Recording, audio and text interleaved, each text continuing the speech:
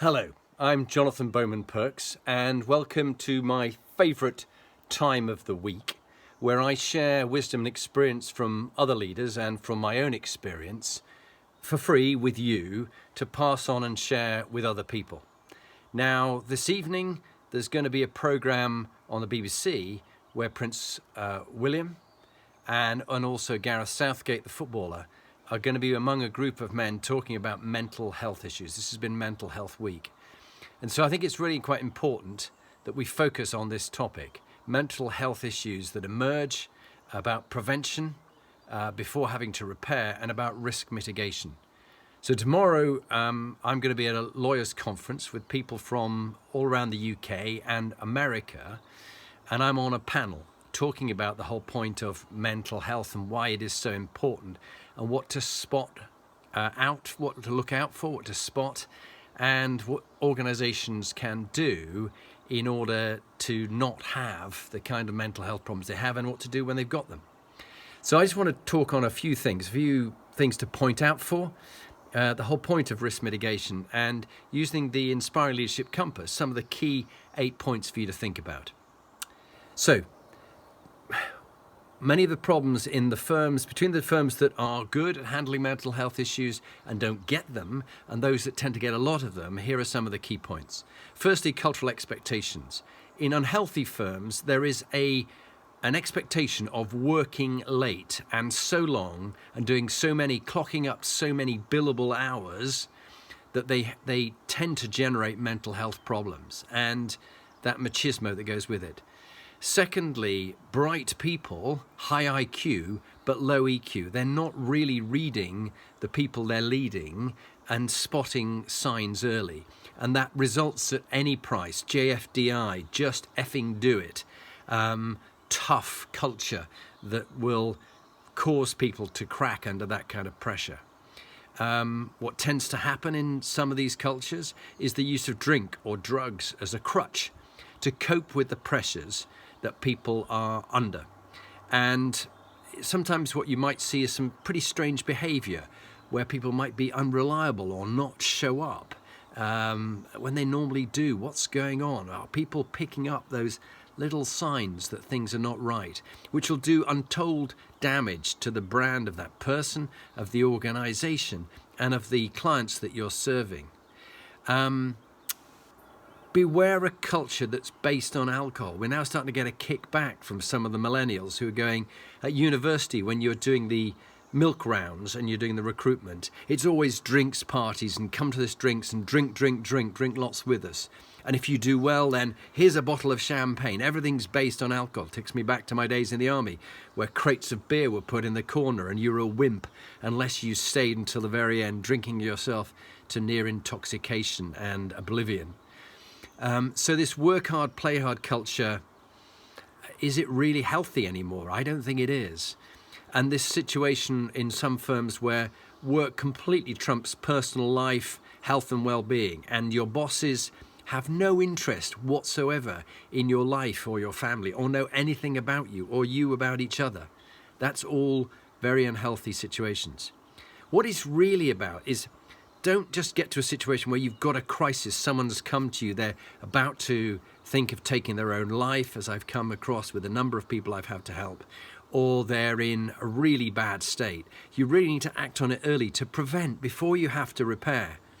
And we need to talk about these kind of issues and not hide back from it, point one person in charge of mental health and well-being, but it's not everybody else's, or it's an HR issue rather than a leadership issue. Mental and physical health is a leadership issue. Too often we focus on when it's gone wrong. That's way, way too late. So, risk mitigation, which is what this conference is about tomorrow. They're obviously worried about the firm, the individual, but also the cost to their clients. And would the clients sue them for some bad work that they've done? But they know at the heart of it, it's about the person themselves, the individual, and to care about that person. The biggest thing in risk mitigation is it's all about inspiring leadership. When I find the organizations that we work with have really inspiring leaders, there's very, very rare cases of mental health problems because the leader cares about the people that he or she leads.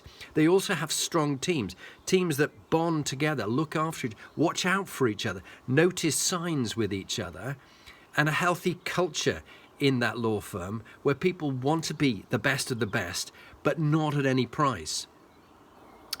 So there's a fine line between coping, just coping, and breaking through occasionally when they fall back, break through, and not coping and completely breaking down, either physically or mentally, with illnesses, with viruses, and with just not being able to cope, mass anxiety, fear of going to work, thoughts of suicide or whatever it may be.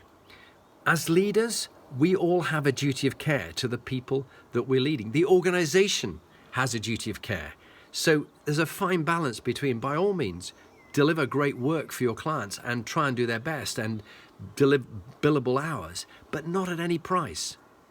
And the key is for leaders like ourselves to use our intuition, spot what's going on.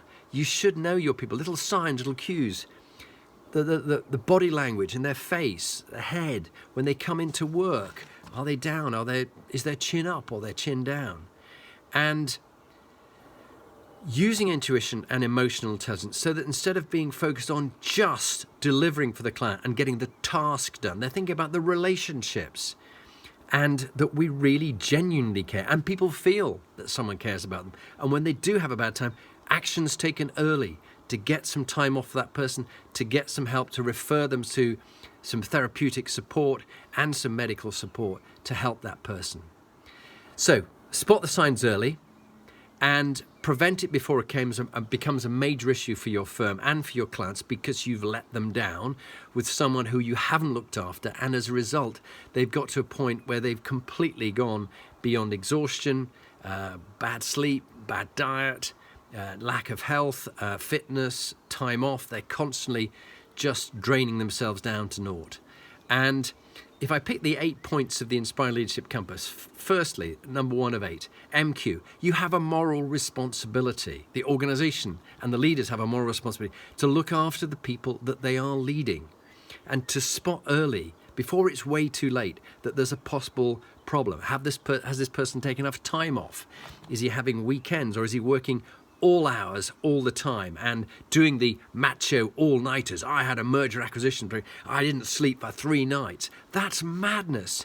You're expecting them to essentially work like drunk because their brains are so addled, they're so exhausted, they don't think well, they make poor decisions which may cost the client money and time, and bad decisions which could be huge repercussions, but not only has a huge impact on them. So MQ.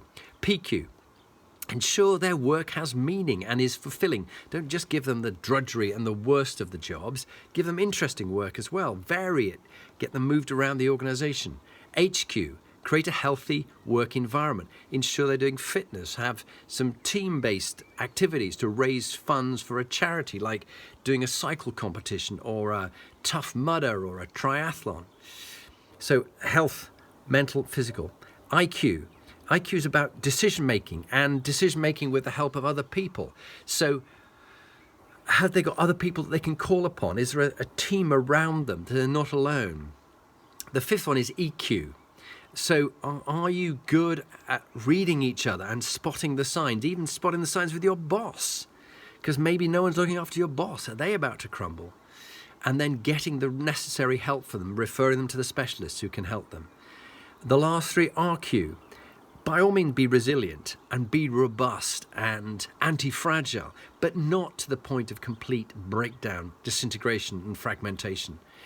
And then finally, the last 2, BQ, create an attractive brand and a culture, and then a legacy of great work and a great workplace, but not at any price. So think about your organization. How healthy is it mentally and physically? And if you want to discuss about this point, get in touch with me, jonathanperks.com, my website, and I'd be delighted to talk through and how to help your team and your organization be mentally healthy and cope with the challenges that you've got in the 21st century.